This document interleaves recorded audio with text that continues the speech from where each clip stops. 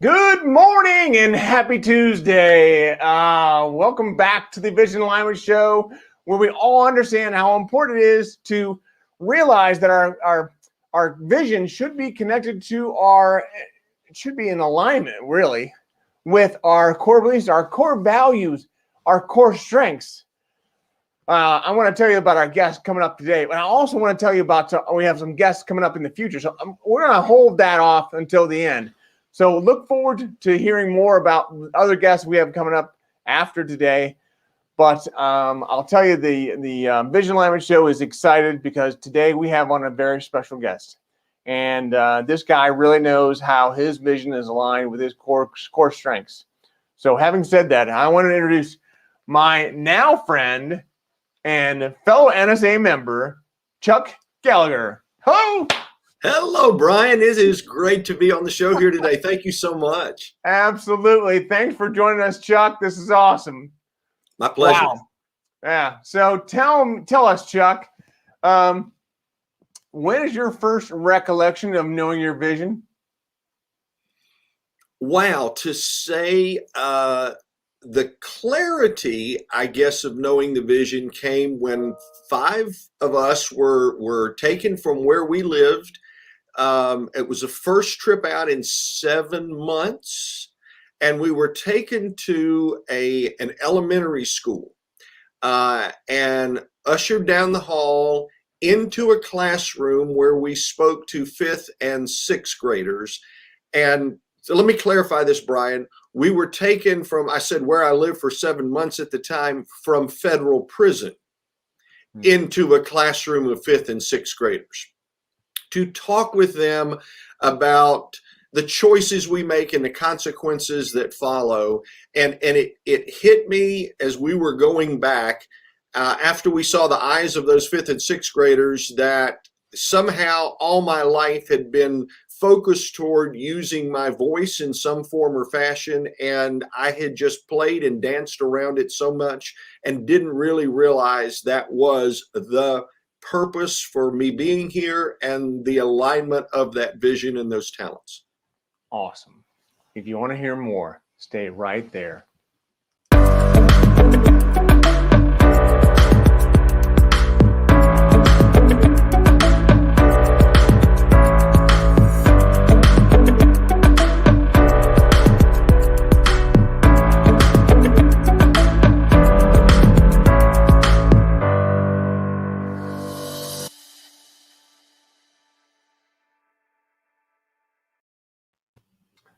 Chuck, thank you so much for doing it, and thank you for that story. I want to dig deeper into that. But before we do, I want to encourage our listeners to share this video out with as many people as they can. That would be great to make this community larger and to have more people that have their vision aligned with their core goals or their core strengths.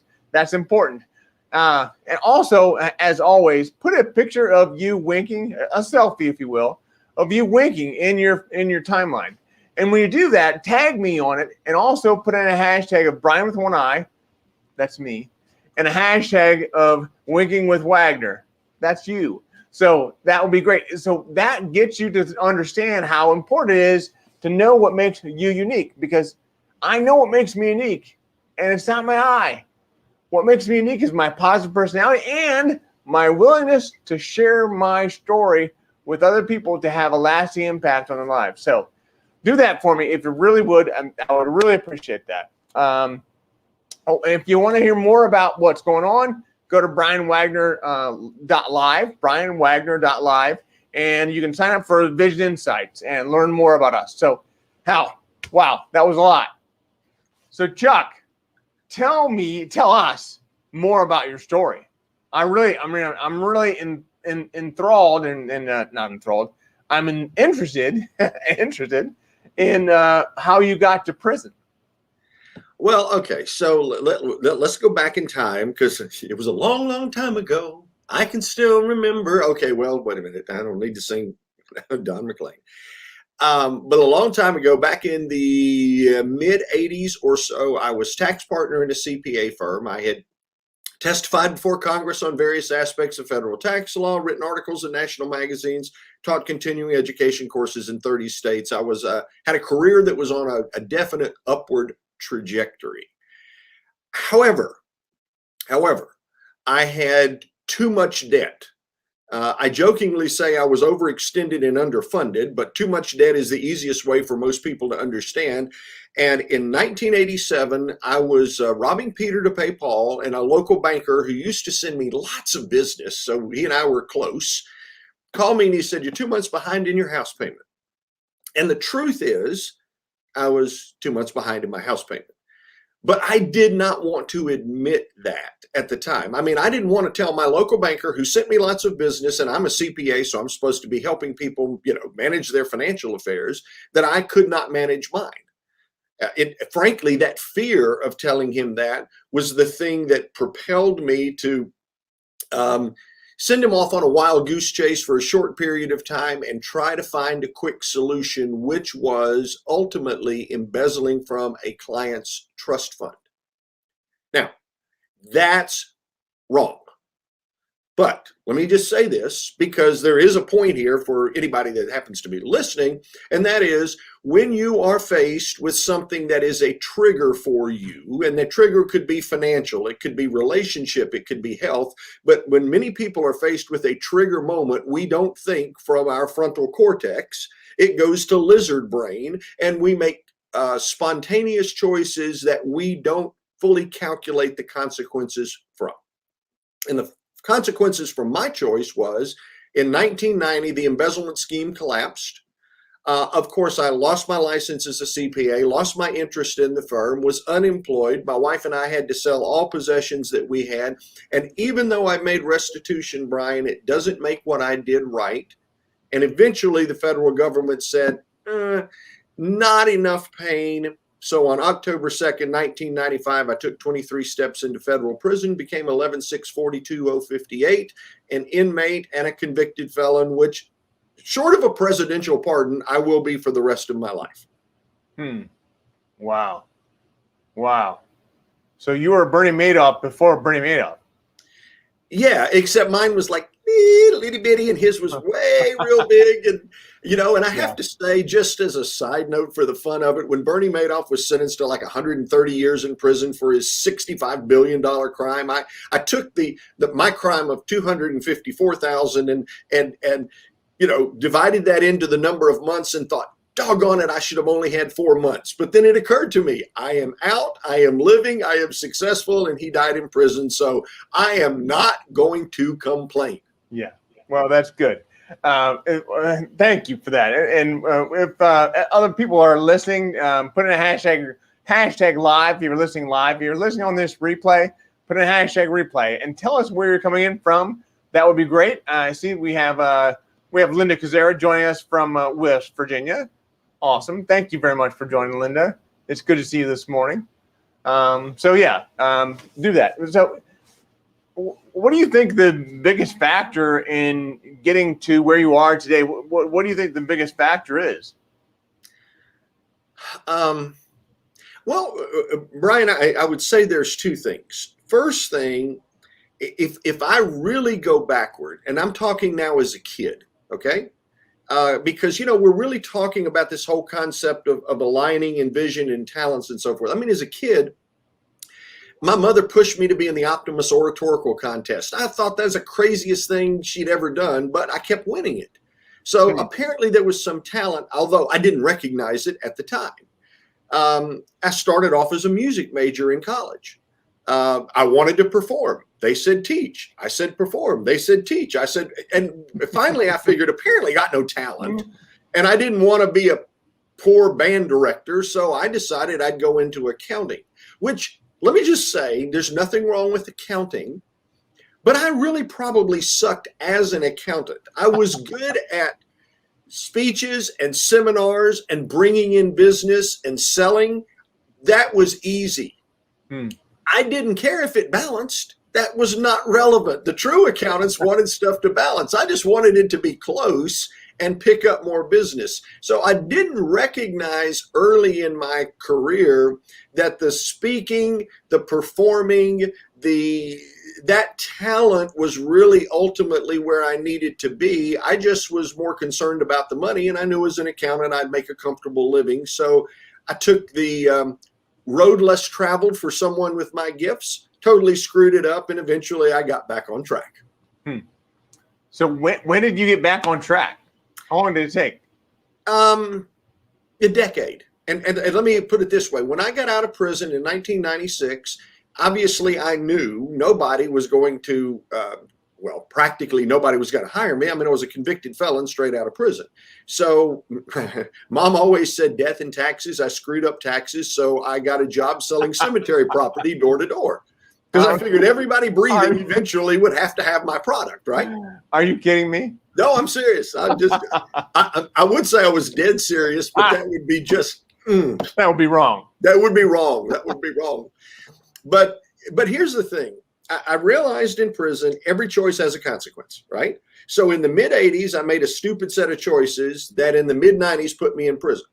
So when I got out, I figured I better be really good at what I do. And I better make a different set of choices so that I have the potential for a different set of consequences. So a decade following prison, I was a senior VP of sales and marketing in a public company. And that's when people said, how can you be a VP in a public company and a convicted felon? And I said, well, every choice has a consequence. And that's when I decided in 2006 that it was time to take this out into the world and to be able to openly talk about it.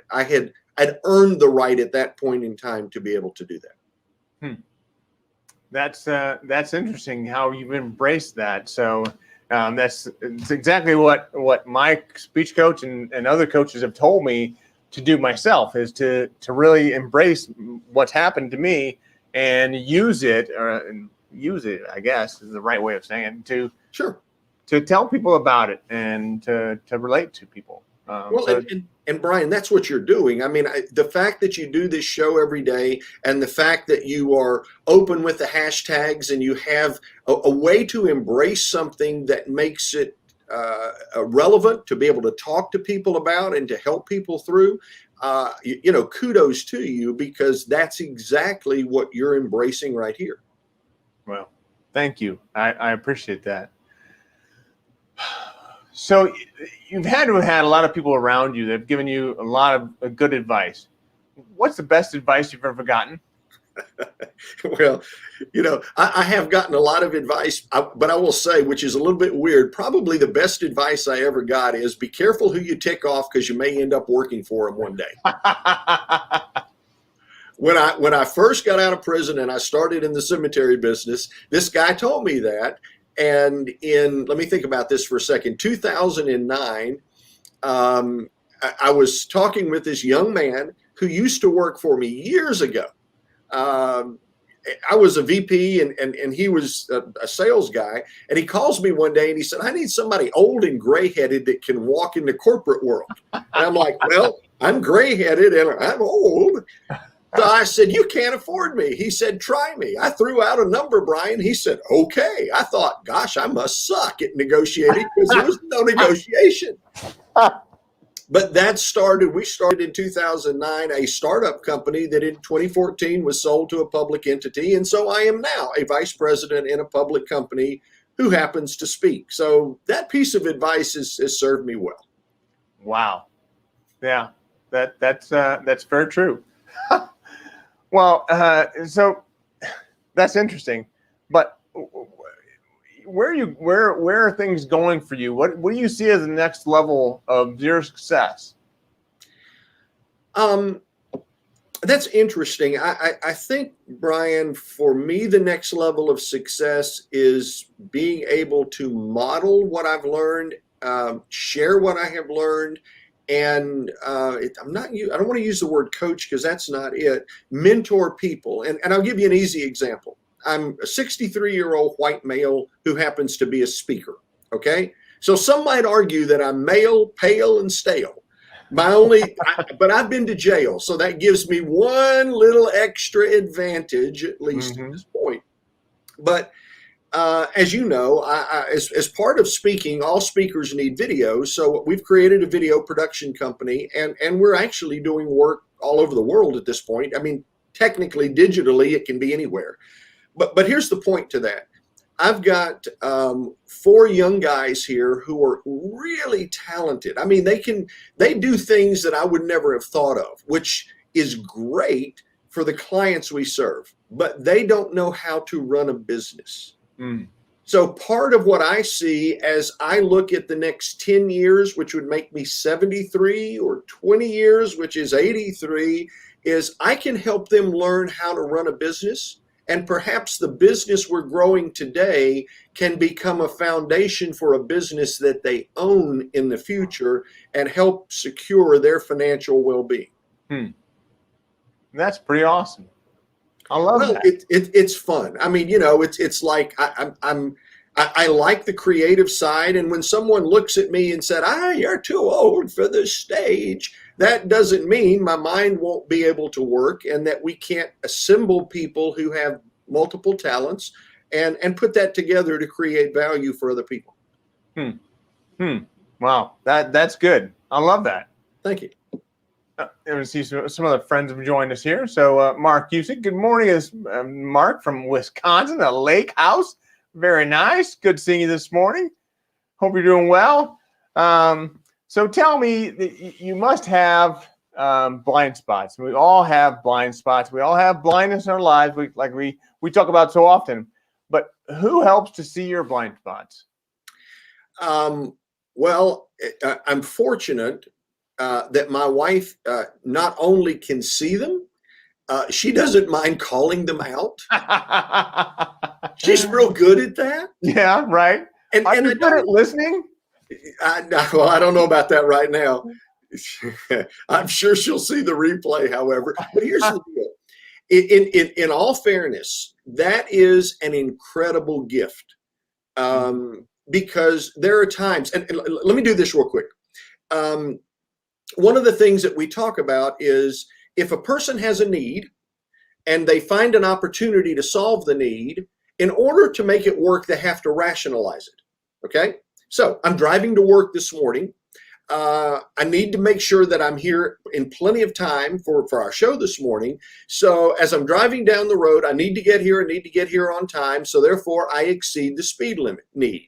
Opportunity. Well, the car will go faster than the speed limit. Rationalization. I'm in a black car. Who is going to pull me over? And if everybody is doing 80 in a 60-mile zone, why would they choose me? Okay, I'm probably safe. And sure enough, I got here and it wasn't an issue. But that rationalization part is what my wife is really good at calling out. So if I'm pontificating about something and it may not be a completely on track, it's a little off track, she'll say, that sounds like rationalization, doesn't it? And when she does that, it's like, crap. Really? You've got to call me out. But baby, I love you. Thank you, because it keeps my focus between the lines where it needs to be. Yeah. So that reminds me of an old boss of mine who used to say sometimes where you said something you knew wasn't quite right, but you were trying to convince him of something. So I would say this, and then he would look at me. He would say, "I smell a rat." So I think the rat stood for rationalization. There you go. See? Ooh, I haven't thought of that, but maybe I need oh my goodness, I can see it in my PowerPoints now. When we have rationalization, we'll have a rat appears. That's cool. I smell a rat. I smell a rat. Well, so it really makes me wonder. You do a lot. We do a lot with video. Obviously, there's your company, but what do you do to bring yourself clarity every day? I mean, how did you get to the point of having that clarity? Um, well, obviously, it's taken a long time. Yeah. I've recognized looking back, because it's far easier looking back than it is in the moment. Mm-hmm. But the two clear talents I have is, one, being able to sell. That's a talent and a skill. And secondarily, I have always used my voice. Now, I may not use it musically like I intended in college as a voice major, but what I learned as a voice major has made professional speaking so much easier. So I can look back and see those two talents. So I recognize every day that whatever it is that I do, there is always going to be some level of creativity to it. So if I'm speaking, then the issue becomes creative. Just like you were talking about a rat, okay? The first thing that pops into my head is, ooh, how can I use that to create something in a presentation that is going to catch people off guard and cause them to remember? Because that means perhaps they will remember the message and then apply it in their life. So I always think every day there's got to be time for some level of creativity. Mm-hmm. That's true. That's good. It makes a lot of sense. So how do you stay steadfast in all that? How do you go to work every day and know this is what you're doing and makes you inspired to do it?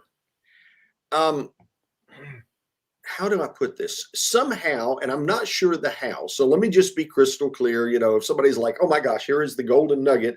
I don't really know the how this is, but I do know in every job I've ever had, every job, somehow I have figured out a way to use my voice, communicate with others. And even if that wasn't the concept of the job, for example, the concept of being a tax partner in a firm is not use your voice. But I recognized the more I use my voice, the more people I would attract to be partners in the firm, partners, to be clients of the firm. And the larger the firm became, the more successful it became. So somehow I've always recognized that the proclivity to sell and to communicate combined has the potential to create success in a business and help other people. And, I look at it, if you can help other people, then you're doing something that's positive. Yep. No, I agree. So proclivity. Tell us about that word.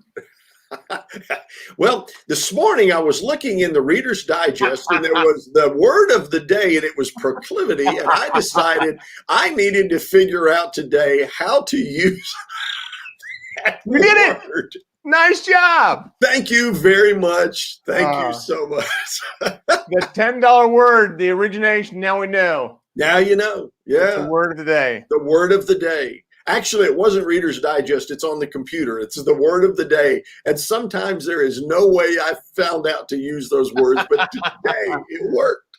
Yeah, $20 word. You seem like you have a good balance on life. You have a good work-life integration. You don't do too much work. You don't do too much play. But what do you do to recharge? Well, okay, so let's go back. I don't do too much work. I don't do too much play. So here's the thing, and my wife would probably, and maybe kids would be the first to say, some would say I'm a workaholic. I don't think I'm a workaholic, but what I do find is in the work that I do, I can get lost in time doing what I do. It's like, and this is completely off the rails going in a different direction, but for the fun of it, I paint. Now I don't paint like still life or portraits or whatever. I do a thing called pour painting, which is it's very fluid. Pour, P-O-U-R, is Okay. very fluid by nature, and you never know what the outcome is going to be. But I can get involved in doing that, and hours can pass, and it's like, oh gosh, I forgot it was dinner time. So it wasn't that the work is the thing, it is being in the flow of what you enjoy doing. So if it's video and we're involved in the creativity of something that is got to capture people's attention or evoke emotion, then that's creative. And as long as I'm being creative, whether it's planting flowers or shrubs or whatever it is in a backyard palette, that I call it a palette. Everything to me is a palette. Or whether it's making video or painting or speaking, there's the level of creativity. And that is this core part of my being that when it's happening, it isn't work. It's just an extension of play. It just takes different forms. Well, that's good to know. Your core strength is creativity. So that leads me to wonder if we should be having further conversations. We'll get to that afterwards. Sure. But interesting. So we've got 3 or 4 minutes left on this show, but I wanted to make sure that we could do something for the listeners that would help them. So, can you think of some way that you can help the listeners with where they are today? So, some of the listeners are entrepreneurs, some are speakers, some are just general. That sounds terrible. Some are people. They're just middle-aged people like me, and they're getting through life. So, what would help them, do you think? Brian, there's 2 things. One is your history doesn't create your destiny. I'm a convicted felon. I get calls pretty much every week from people who either are going to prison or have come from prison. And it's like, how do you find success? And the answer is your history doesn't create your destiny. Every choice we make in life has a consequence. So if I make a good set of choices, by nature, the consequences will be positive that follow. If I come into the victim mentality, oh, why did this happen to me? I got little tolerance. You can be a victim or a victor. That is a choice. But probably the thing that saved my life is the day my Ponzi scheme collapsed, I considered suicide. And over a period of time that night, I ended up calling a bunch of psychiatrists, psychologists. Everybody was gone. But I finally got one guy, and he made a comment to me, and it really changed my life. He said, son, he said, you have made a terrible mistake, but you are not a mistake. Let me repeat that. He said, son, you've made a terrible mistake, but you are not a mistake. And then he said, the choices you make tonight will define the life that you live and the legacy you leave for your 2 sons. Make those choices wisely. Now, Brian, I have no idea who that person was. Not a clue. Could have been a psychiatrist, psychologist, or the janitor who was just cleaning that night. I really got no idea. But what he said, I have been able to use and share with audiences. And there's been so many people that have come up and said, I needed to hear that. I may have made a mistake, but I am not a mistake. We have a purpose. And all we have to do is look past the history and claim our destiny. Wow. That's great. I love that. It's very, very, very enlightening, very inspiring. I can't tell how glad and how honored I am to have you on the show. It's been my pleasure. It's been phenomenal. So thank you so much for joining me and us, all the different people that are on the line. So if you have any questions, by all means, put them in the comment section for a replay, and we'll definitely get back to all those questions, and we'll continue to work towards making sure that we're not a mistake. We understand that we're not a mistake. So thank you again, Chuck. Brian, it's been a pleasure. Thank you. And I'm going to let you go back to the green room. You can hang out there and have some green M&Ms. But then, we'll be back in a little bit and we'll close out the show. Thank you. All right. Bye. Oh, boy. Whoa, what a great show. Thank you, Chuck Gallagher, for joining us. This has been phenomenal. So remember that you may have made a mistake, but you are not a mistake. That's great words to live by. So we'll keep that with us for a while. But as I told you, there's more shows coming up Tuesday. Well, today's Tuesday, but Wednesday, Thursday, Friday, with the Vision Alignment Show. I'm going to be hosting those shows, but I may have some special guests on from time to time. But then we're also going to do the Radical Vision for Disability show on Friday. That'll be phenomenal. So continue to work through a lot with my speech. So we may talk more about the different pieces of my speech. That's always important for us to continue to go through. But there's lots of going on. And then on next Monday, we have a kid again joining us. So it's Oyama Harrison from a kid again, Oyama Garrison. I may have messed his name up. So Oyama is coming on with Jeffrey Dameron, and they're both going to help us to understand a little bit more about a kid again. And Kid Again is a charity that I support. It has many, many kids with life-threatening illnesses. So it allows them to be able to be a kid again. And that's the whole idea behind that charity. So thanks so much for joining. I really appreciate you being on. If there's ever anything that I can do for you, by all means, let me know. And as always, keep one eye on the road. Bye.